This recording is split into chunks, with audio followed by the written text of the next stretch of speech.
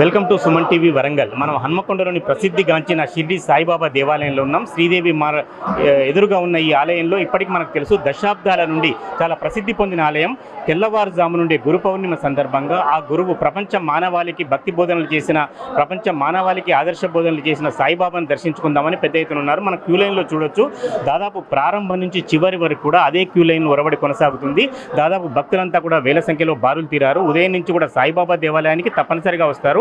అసలు దీనికి సాయిబాబా దేవాలయంలో చేసిన ఏర్పాట్లు కావచ్చు, కార్యక్రమాల్లో సంబంధించిన వివరాలు కావచ్చు, ఒకసారి మనకు మతుకుమల్లి హరగోపాల్ గారు చైర్మన్ గారు ఉన్నారు. ఒకసారి వారిని అడిగే ప్రయత్నం చేద్దాం.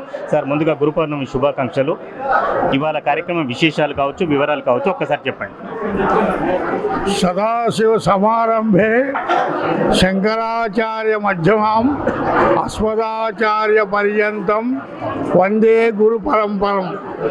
అస్మద్ గురుచరణారవిందాభ్యాం నమో నమః.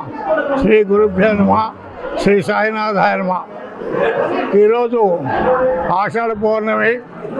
ఆషాఢ పౌర్ణమిని గురు పౌర్ణమి, వ్యాస పౌర్ణమి కూడా వ్యవహరిస్తూ ఉంటారు. నిజ జీవితంలో ప్రతి ఒక్కరికి కూడా ఒక లక్ష్యం అంటూ ఉంటుంది.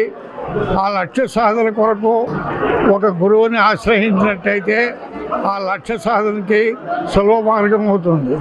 ఓ లక్ష్యాన్ని ఎప్పుడైతే మనం సాధించాలనుకున్నామో ఆ లక్ష్యానికి సంబంధించినటువంటి మార్గదర్శకాలు, మార్గసూత్రాలు అన్నీ కూడా ఆ గురువు ద్వారా మనం పొంది మనం అతి సులభంగా, త్వరగా ఆ యొక్క లక్ష్యాన్ని సాధించేదానికి అవకాశం ఉంటుంది.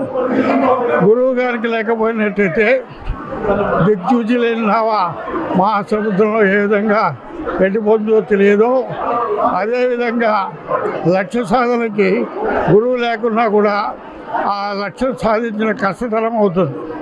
కనుక ప్రతి ఒక్కరికి కూడా తప్పనిసరిగా నిజ జీవితంలో అనేక మంది గురువులు ఇష్టపడుతూ ఉంటారు.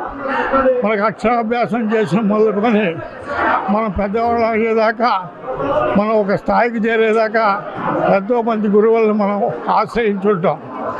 ఈ సందర్భంగా గురు పౌర్ణమి నాడు మన గురువులను స్మరించుకొని వారి యొక్క ఆశీర్వాదం తీసుకోవడం ఎంతైనా అవసరం.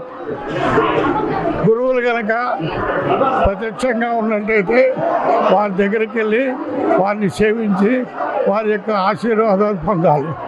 లేని వల్ల వారిని స్మరించుకొని తద్వారా వారి ఆశీస్సులు పొందాలి. ప్రతి జీవికి కూడా తల్లి ప్రథమ గురువు. తల్లి ద్వారా శిశువు అన్ని గ్రహించడం మొదలు పెడతాడు. ఆ తర్వాత తల్లి తండ్రిని చూపిస్తుంది, తండ్రి గురువుని చూపిస్తాడు, గురువు దైవాన్ని చూపిస్తాడు.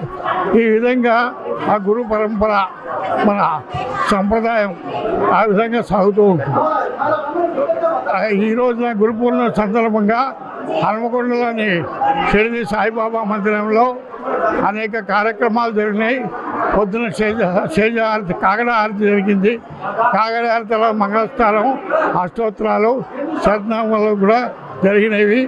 ఇప్పుడే హారతి కార్యక్రమం జరిగిపోయింది. ఈరోజు మహాన్నదాన కార్యక్రమం ఉంది.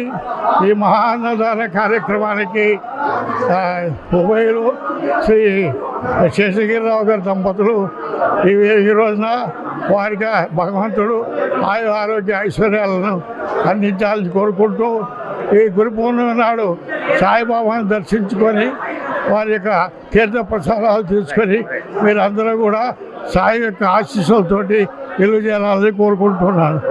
శుభం. సర్వే జనా సుఖినో భవంతు. ధన్యవాదాలు సార్. ఇవాళ భక్తుల ప్రవాహం ఎట్లా ఉంది? అంటే వర్షం పడుతున్నది, అయినప్పటికీ కూడా భక్తుల సంఖ్య ఎట్లా ఉంది? జై సాయినాథ్ మహారాజ్కి జై. ఇవాళ గురు పౌర్ణమి పురస్కరించుకొని భక్తులు ఇవాళ తండోపతండాలుగా వస్తున్నారు.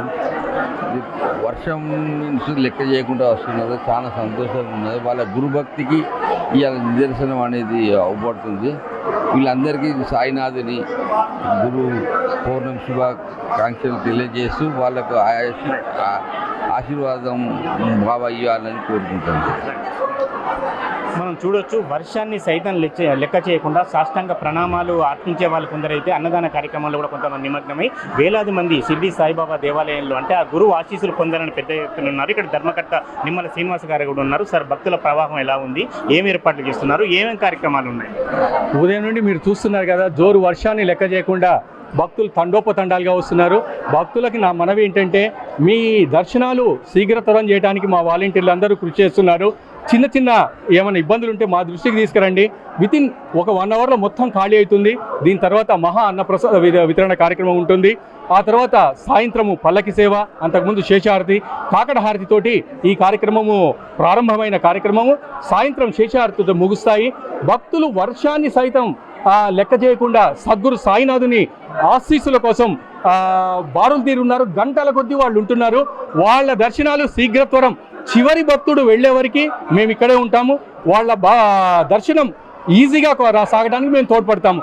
అలాగే సుమ టీవీ ప్రేక్షకులకు అందరికీ కూడా ఈ గురు పౌర్ణమి శుభాకాంక్షలు తెలుపుతున్నాం. మీ సంస్థ కూడా దినదినాభివృద్ధి చెందాలని మనస్ఫూర్తిగా ఆ సద్గురుని ఆశిస్తున్నాం.